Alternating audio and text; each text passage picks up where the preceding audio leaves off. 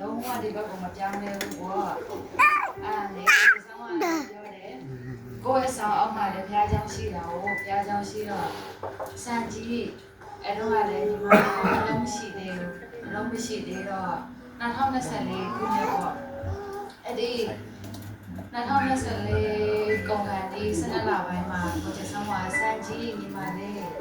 ဘုရားတခင်ရတကယ်အသက်ရှင်နေအာမင် အဲ့ဒါဆိုလဲစမ်းကြည့်မယ်ပေါ့တခါသူကလည်းတခါမရရင်ညီမလေးစတိုက်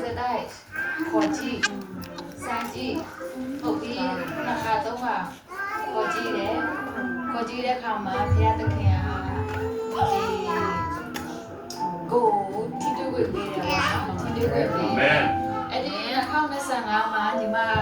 နှစ်လပိုင်းမှာအလုပ်ရတယ်ပေါ့နော်အဲ့ဒီပတ်တန်းလေးရနေမှာအခက်ခဲတွေကတော့အများကြီးပဲဒါမလျှော့ပဲနဲ့ဘယ်လိုခက်ခဲပဲရှိနေပါသေးစုတောင်းတယ် အာမင်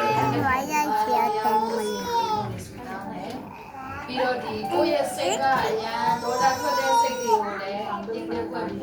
စုတောင်းတယ်ပေါ့ဘုရားရှင်မှာဒါပေမဲ့ကိုကအများကြီးမစုတောင်းတော့ဘူးကိုစုတောင်းတဲ့လိုပဲစုတောင်းတယ်ပြီးရင်ဒီအိမ်တော်မှာလည်းဘယ်လိုတာရအောင်ပြောရှင်းအောင်ဒီချောင်းရမလဲအများအားစုတောင်းတယ်ကိုကျဆောင်တော်လေးကျေးဇူးတင်တယ်ဘုရားကျောင်းဆရာကြီးလည်းကျေးဇူးတင်တယ်ပေါ့နော် โอเคဘောနာผมเก็บ